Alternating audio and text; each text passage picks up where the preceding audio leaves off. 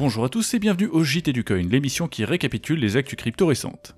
Une fois n'est pas coutume, il faut que je parle cette fois-ci du prix du Bitcoin. En effet, à partir de la toute fin juillet, une crise majeure a eu lieu sur à peu près tous les marchés financiers du monde.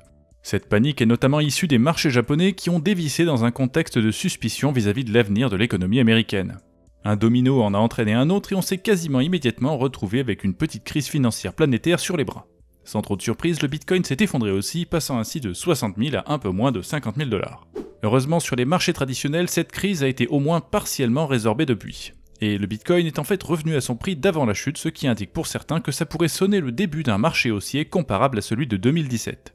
J'espère donc que vous n'avez pas paniqué sur le moment et que vous avez gardé vos cryptos parce que s'ils ont raison, nous allons être éblouis par les performances à venir des marchés crypto. Et maintenant, place aux vraies infos avec en premier lieu les dernières nouvelles provenant des États-Unis. Car la course présidentielle continue et Donald Trump et Kamala Harris semblent très proches l'un de l'autre dans certains sondages récents. C'est d'ailleurs également le cas sur Polymarket, bien que la différence y soit légèrement plus large en faveur de Harris. Et que disent-ils en ce moment au sujet de la crypto, ces Américains? Du côté de Trump, on parle de meme coins et de grandes choses. Quelles grandes choses? Aucune idée. Quant à son opposante, elle n'a pas encore fait de déclaration au sujet de la crypto. Cependant, une cinquantaine de membres de son parti, hommes d'affaires et parlementaires, se seraient unis sous la barrière d'un mouvement dénommé Crypto for Harris, qui va se réunir virtuellement pour la première fois le 15 août. On aura donc très prochainement plus d'informations sur la direction que le Parti démocrate va prendre en ce qui concerne la crypto. Ensuite, pour en finir avec les États-Unis, il faut mentionner la conclusion du procès Ripple Labs contre la SEC qui s'est soldée par une réduction de 94% de l'amende imposée à Ripple Labs. On est passé de 2 milliards à 125 millions de dollars. Une somme toujours conséquente pour un particulier, mais qui ne représente qu'une toute petite fraction des actifs de Ripple Labs. Suite à la parution de cette nouvelle, le cours du XRP a pris un peu plus de 25% en quelques heures. Passons maintenant à un sujet qui m'a toujours passionné, celui des jeux vidéo. En effet, Atari a annoncé récemment la sortie de certains de leurs jeux les plus rétro sur le roll-up Base. Et ces jeux sont accompagnés d'un classement qui récompense chaque semaine les meilleurs joueurs. Sauf qu'il y a un petit problème. Ces jeux n'ont en fait pas grand chose à voir avec la blockchain. Ils sont censés être 100% on-chain, mais rien n'est vérifié avec la blockchain et certainement pas les scores enregistrés. Pour arriver tout en haut du classement, il a suffi à ce monsieur de communiquer avec un serveur centralisé Web2 sans avoir à jouer à quoi que ce soit. En l'occurrence, il sait de quoi il parle puisqu'il est fondateur d'une société dont le produit permet précisément de résoudre ce problème en créant des appchains qui ont la capacité de vérifier l'intégralité des étapes du gameplay pour prouver qu'un score est légitime. Bref. Le produit est intéressant, mais ce qu'il faut surtout retenir, c'est qu'on est encore très loin d'une véritable intégration blockchain sérieuse et utile par des grands studios de jeux vidéo.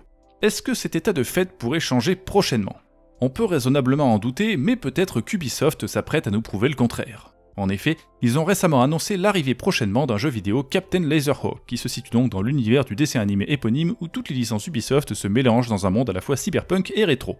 Dans ce futur jeu de tir compétitif multijoueur vu de dessus, la particularité, le petit truc en plus, ça serait qu'il offrirait aux joueurs, à travers la blockchain, la possibilité d'agir en tant que citoyens de ce monde et de façonner l'histoire du jeu et son gameplay à travers leurs décisions.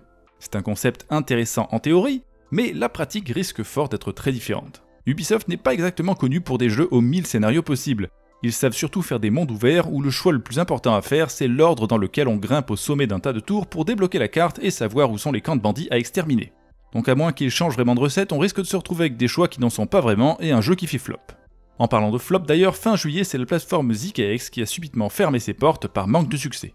D'après le fondateur, ils n'ont pas été en mesure de trouver une voie économiquement viable. Pas assez d'utilisateurs très actifs, pas de quoi rembourser les dépenses, et un lancement de jetons raté qui n'a pas attiré assez d'investisseurs. Mais ce départ soudain n'a pas été du goût de certains, que ce soit les différents investisseurs et teneurs de marché actifs sur la plateforme, ou encore le célèbre ZachXBT, enquêteur miracle et guerrier anti-scam, qui a qualifié ce départ de rug pull. Notamment parce que l'équipe avait annoncé il y a quelques semaines avoir terminé une levée de fonds de 7,6 millions de dollars, et parce que le lancement du jeton avait eu lieu tout récemment aussi. D'après les investisseurs, aucun rapport financier n'a été fourni et le fondateur s'est contenté d'affirmer qu'aucun des fonds des investisseurs n'ont été utilisés. Une chose qui reste sûre aujourd'hui, c'est que le marché des plateformes d'échange décentralisées est aujourd'hui extrêmement difficile à percer, et que ce n'est pas une volonté d'innover un peu qui va garantir le succès. Quant aux plateformes centralisées, certaines sont aussi dans la tourmente, mais plutôt pour des raisons légales. Il y a quelques jours, c'est la plateforme Bybit qui a annoncé qu'elle s'en va, et qu'elle laisse tomber tous ses clients français. Ceci parce que l'AMF exige un agrément PSAN dont la plateforme ne dispose pas pour l'instant. Pour éviter de se mettre dans l'illégalité, elle est donc obligée de suspendre son activité en France, quitte à revenir plus tard lorsqu'elle aura réussi à satisfaire les exigences de l'AMF. Et ces dernières sont particulièrement changeantes en ce moment. Le 2 août, l'AMF a annoncé qu'il serait désormais possible aux fournisseurs de services de faire la demande d'un agrément PSCA. Jusqu'à maintenant on parlait de PSAN, mais il s'avère que l'agrément PSAN ne correspond pas tout à fait à la loi MiCA qui nous vient de l'Union Européenne.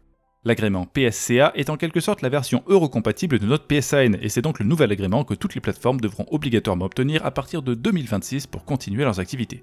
Et bien sûr, il n'est pas question pour les fournisseurs de services d'aller à l'étranger et de solliciter quand même les clients européens. C'est PSCA ou rien, donc Bybit pourrait avoir à attendre un bon moment avant de revenir. Cela dit, la loi MiCA n'a pas fait que des malheureux. Sur le marché des monnaies stables par exemple, il s'avère que l'USDC est compatible MiCA alors que l'USDT ne l'est pas. Le dollar numérique de Circle se retrouve donc plus ou moins en position de monopole sur le marché européen, tandis que Tether embauche en masse pour tenter de rattraper son retard légal et faire en sorte que l'USDT soit aussi disponible sur les plateformes d'échange européennes. Et sur ce, nous arrivons à la fin de ce JT, alors je vous souhaite une bonne fin de week-end, une bonne semaine, et j'espère qu'on se retrouvera sur YouTube pour le prochain épisode qui arrivera dans 2 semaines.